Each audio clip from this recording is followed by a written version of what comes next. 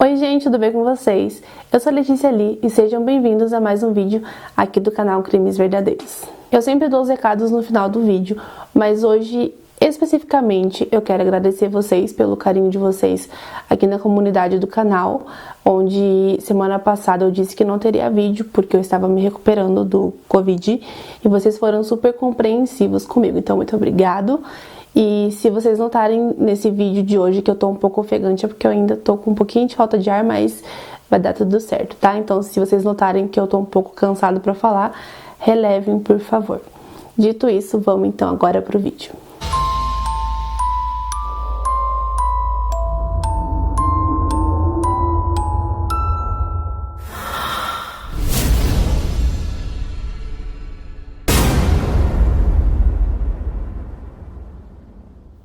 Adam Leroy Lane nasceu em 7 de agosto de 1964, na Carolina do Norte, Estados Unidos. Pouco se sabe sobre o início da sua vida, na verdade quase nada, não se tem informações sobre a sua infância ou adolescência, então a gente não sabe se ele teve uma infância traumática, algo do tipo.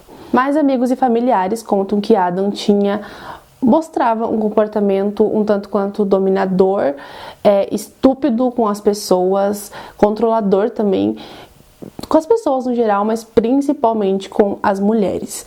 Há quem diga que ele era misógino, então ele demonstrava um tipo de asco, horror, sabe, raiva das mulheres em específico. É relatado também que ele apresentava um tipo de comportamento antissocial, então ele não era o tipo de pessoa comunicativa que conversava com todo mundo.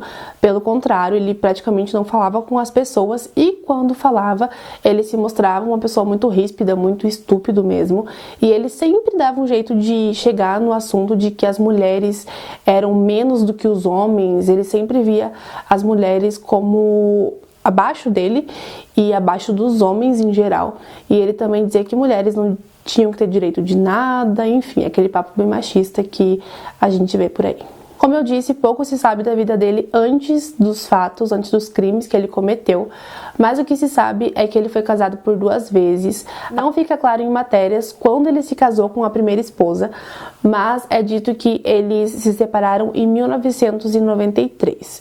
A primeira esposa dele se chamava Miriam Bendy e ela o acusou de ter agredido ela verbalmente e também fisicamente. Ela também disse aos policiais que presenciou Adam batendo na sua própria mãe, agredindo ela tanto com palavras quanto fisicamente também algumas vezes. Na época dos fatos, Adam tinha 44 anos, ele estava casado com a sua segunda esposa e eles tinham 3 filhas, e eles moravam num pequeno trailer na Carolina do Norte. Desde o final dos anos 80, Adam trabalhava como caminhoneiro, então ele tinha uma rota bem extensa que ele fazia, trabalhando, entregando mercadorias. E ele entregava vários tipos de mercadorias variadas. E no verão de 2007, Adam percorria o nordeste dos Estados Unidos trabalhando quando ele cometeu 4 crimes. Na época dos crimes, ele estava trabalhando para uma empresa onde ele variava as entregas dele, entregando árvores, areia, produtos de limpeza e outras mercadorias variadas. Ele fazia uma média de 4 paradas por semana em 4 cidades e 4 vilarejos diferentes. Então, a primeira vítima conhecida de Adam Lane foi Darlene Ewald, de 42 anos, que morava na Pensilvânia. Na noite do dia 13 de julho de 2007, Darlene estava no quintal da sua casa, na parte de trás, onde ela e a família tinham ali um espaço com algumas mesas, algumas cadeiras de descanso. E durante a noite ela estava ali, numa dessas cadeiras sentadas, e ela estava falando ao telefone com um amigo, quando Adam ficou a observando por alguns minutos, e então ele a atacou com uma faca e a matou. A família de Darlene estava dentro da casa, mas eles não ouviram absolutamente nada, e quando eles encontraram o corpo de Darlene lá fora, eles nada puderam fazer porque ela já estava morta. 4 dias depois de atacar a sua primeira vítima, Adam atacou Patricia Brooks, de 37 anos, em sua casa. Patrícia morava no condado de Warwick, na Pensilvânia, só que ela morava cerca de 65 quilômetros ao sul da casa da primeira vítima. Então, por volta das 2 horas da manhã do dia 17 de julho de 2007, ela estava dormindo no sofá da sua sala quando ela acordou com um homem enfiando uma lâmina no seu ombro. E ela disse que começou a gritar de dor, de susto. Então, esse homem pegou a faca e passou no pescoço dela. Felizmente o corte não foi profundo e ela começou a gritar muito, então o agressor se assustou e saiu correndo, e felizmente ela conseguiu chamar ajuda, foi socorrida e sobreviveu ao ataque. A terceira vítima de Adam foi uma moça chamada Monica Massaro e ela morava em Nova Jersey. Ele invadiu a casa dela e também a esfaqueou até a morte. Esse caso em específico, essa terceira vítima, depois, quando o Lane foi preso, ele detalhou para a polícia como tudo aconteceu. Então, daqui a pouco eu vou contar para vocês com mais detalhes tudo o que ele fez. Mas ele atacou essa terceira vítima, a Mônica, um dia antes de cometer o seu último crime. O último crime de Adam aconteceu em Massachusetts, quando ele fez uma parada lá para descansar e ele invadiu a casa de uma família e ele entrou no quarto de uma adolescente de 15 anos chamada Shia, que acordou com um homem vestido de preto, tampando a sua boca e com uma faca na mão. Mas esse último ataque do Adam não foi bem executado, não deu certo, porque mais ou menos 15 minutos antes dele invadir a casa, e isso era por volta das 4 horas da manhã, a mãe da Shia, da adolescente de 15 anos, acordou para tomar água. Então, quando ela voltou a se deitar, ela ainda não tinha pego no sono de novo, sabe? Aquele sono pesado. Então, ela disse que começou a ouvir barulhos do quarto da filha dela. Então, ela acordou o marido e eles foram até lá. Quando eles entraram, eles disseram que por um milésimo de segundo, assim, eles pensaram que fosse uma brincadeira quando eles viram um homem em cima da filha dela. Eles disseram que pensaram que podia ser o irmão dela brincando, ou até mesmo o namorado dela brincando, mas que logo eles perceberam que realmente se tratava de algo sério, quando o pai da Shia viu uma lâmina brilhante. Então, os dois, o pai e a mãe da adolescente, partiram para cima de Adam, o pai da garota tentando dar uma chave de braço no Adam e a mãe tentando tirar a faca das mãos dele. Ela, inclusive, se feriu na mão, porque ela teve que colocar a mão na lâmina para conseguir desarmá-lo, e ela conseguiu. E o pai da menina também conseguiu dar uma chave de braço no Adam e o manteve ali preso até a chegada da polícia. A polícia então prendeu Adam, levou sob custódia e eles foram até o caminhão dele para verificar, enfim, ver o que tinha por lá. E eles encontraram um DVD chamado Caçando Humanos, que, segundo os investigadores, esse filme era sobre um serial killer que matava as pessoas sem nenhum motivo real, a troco de nada, simplesmente porque ele queria. E esse serial killer, ele ficava observando as pessoas durante algum tempo, e então as atacava com uma faca. Ou seja, o Adam estava reproduzindo na vida real aquilo que aquele filme, a história que aquele filme contava. Foram achados também dentro do caminhão roupas do Adam manchadas de sangue, que foram para análise, né, para que eles fizessem mais exames para descobrir de quem era aquele sangue. E eles encontraram também uma mecha de cabelo loiro presa em uma das roupas dele, que os exames de DNA mais tarde revelaram ser de Mônica. Enquanto isso, a polícia já estava investigando, né, aqueles outros 3 ataques que haviam acontecido, onde uma mulher havia sobrevivido e 2 haviam sido mortas. E eles acharam que o ataque se parecia muito com o ataque daquela adolescente, que foi onde eles prenderam Adam. Era um homem de preto com uma faca e que invadiu uma casa. Então eles acharam tudo muito parecido e eles começaram a investigar e tentar ligar Adam aos outros crimes também, aos outros casos, né? E eles conseguiram ligar Adam aos 4 casos através de exames feitos, como eu falei. Eles conseguiram identificar que aquele cabelo loiro era da Mônica. Eles também encontraram vestígios de sangue e Yacht na faca do Adam. E as outras 2 sobreviventes realmente reconhecendo ele como sendo o agressor.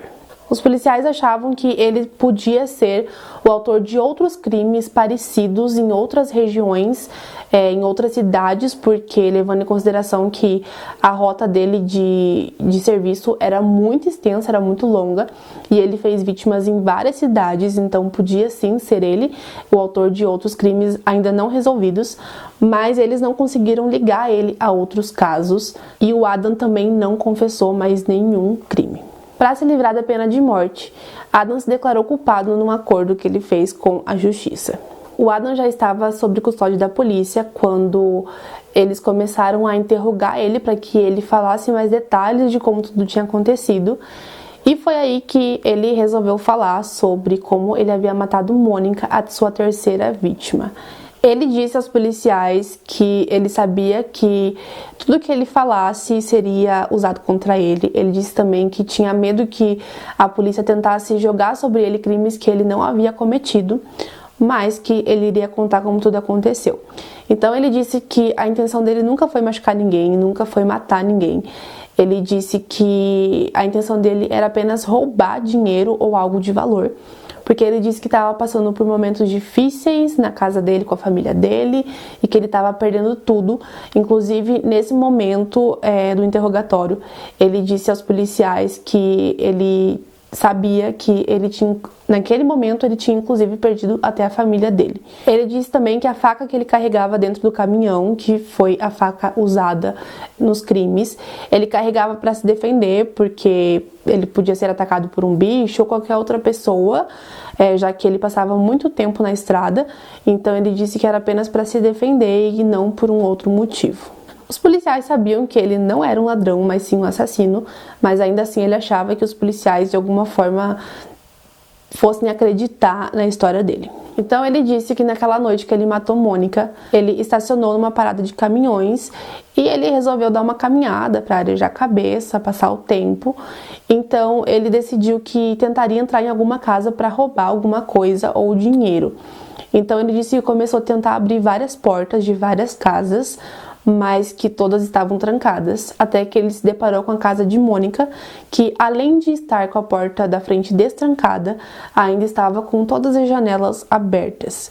Então ele teve livre acesso para entrar, e ele disse que começou a procurar nos cômodos alguma coisa que tivesse valor para ele. Ele disse que encontrou inclusive a chave do carro, saiu pela porta dos fundos, verificou ali no carro, mas não encontrou nada de valor. Então ele voltou para dentro da casa e ainda faltava o quarto principal para ele procurar alguma coisa para roubar. E foi aí que a Mônica acordou, era de madrugada, e ele disse que ela começou a gritar, e na tentativa de fazer ela ficar quieta, ele tampou a boca dela com a mão, só que ela, na tentativa de se defender, acabou mordendo. E foi aí que ele disse aos policiais que ele não sabe exatamente em que momento a faca entrou em ação, mas que Mônica se virou e tentou rolar na cama, e foi aí que a faca cortou o pescoço dela. Ele disse assim no interrogatório, ouvindo ele dizer, é como se a faca tivesse feito algo sozinha, sabe? Então ele disse que o corte, a princípio ele achou que fosse algo superficial, mas que logo começou a sair muito sangue, e ele ainda frisou que era muito, muito sangue e que ele não podia fazer nada a respeito. Então ele disse que foi tudo muito rápido e que em 60 segundos ou menos ela perdeu tanto sangue que ela começou a parar de lutar, de se debater, e acabou morrendo. Ele então saiu da casa levando a carteira dela, e ele disse que não tinha muita coisa lá, então ele jogou fora os documentos da carteira. Ele disse que ficou com um colar que ele achou no carro, mas que na cabeça dele ele tinha que se desfazer do colar, porém ele ficou com um colar. Então ele voltou para a parada de caminhões, e antes de entrar no caminhão ele comprou um detector de radar, também comprou comida, e aí ele comeu e depois tentou dormir. No final da confissão, ele ainda disse aos policiais que ele sabia que tudo que ele estava dizendo não estava o ajudando, pelo contrário, estava fazendo ele parecer um maníaco, mas ele ressaltou que ele não tinha intenção de machucar ninguém, que ele não era um assassino porque ele queria. Ele deu a entender que as coisas fugiram do controle, que ele apenas queria assaltar as casas, roubar dinheiro ou algo de valor, mas que as coisas fugiram do controle. Ele disse que ele não queria ir para cadeia pelo resto da vida e muito menos ter uma injeção letal enfiada no seu braço, que não era essa a intenção dele. Os policiais o questionaram sobre os ferimentos que o corpo de Mônica tinha, porque não tinha só o ferimento no pescoço, tinha vários ferimentos na região das coxas, da barriga, e foi aí que ele disse aos policiais que quando ele viu que Mônica tinha realmente morrido, ele pensou que se ele fizesse cortes no corpo dela, os policiais poderiam achar que teria sido algum tipo de crime sexual. Então, para tentar atrapalhar as investigações, quando a polícia encontrasse o corpo, ele fez alguns cortes no corpo dela. Mas ele disse que não violentou ela em momento nenhum, de forma alguma, sexualmente falando, porque ele disse que ele não estava buscando isso. Ele disse que amava a esposa dele e que em momento nenhum ele violentaria alguma mulher na vida. Adam passou por várias audiências, porque os crimes que ele cometeu foram em condados diferentes, então ele tinha que ser julgado em cada condado com o crime correspondente àquele lugar. Então, as condenações de Adam foram uma sentença de 25 a 30 anos em Massachusetts pelo ataque adolescente. Nova Jersey o condenou a 50 anos pelo assassinato de Mônica Massaro. Da Pensilvânia, onde Adam se declarou culpado para evitar a pena de morte, ele foi condenado a 20 anos pela tentativa de assassinato a Patricia Brooke e foi condenado à prisão perpétua pelo assassinato de Darlene e Walt. Atualmente, Adam Lane tem 56 anos e ele segue cumprindo a sua pena perpétua. Adam Leroy Lane ficou conhecido como o assassino da rodovia, porque todas as vítimas dele moravam muito perto da rodovia onde ele viajava de caminhão fazendo as suas entregas. Se você ainda não é inscrito no canal, se inscreve nesse botãozinho vermelho aqui embaixo. Ativa o sininho também para você ser notificado quando eu postar o próximo vídeo. Se você chegou até aqui, deixa o seu like para mim, porque me ajuda bastante na divulgação do canal. Conheça também os meus canais parceiros do grupo Fatos Criminais. O link de todos os canais vai estar aqui embaixo no bloco de informações. Me segue lá no Instagram, eu vou deixar passando aqui na tela para vocês. E nós nos vemos semana que vem no próximo vídeo. Até lá, tchau!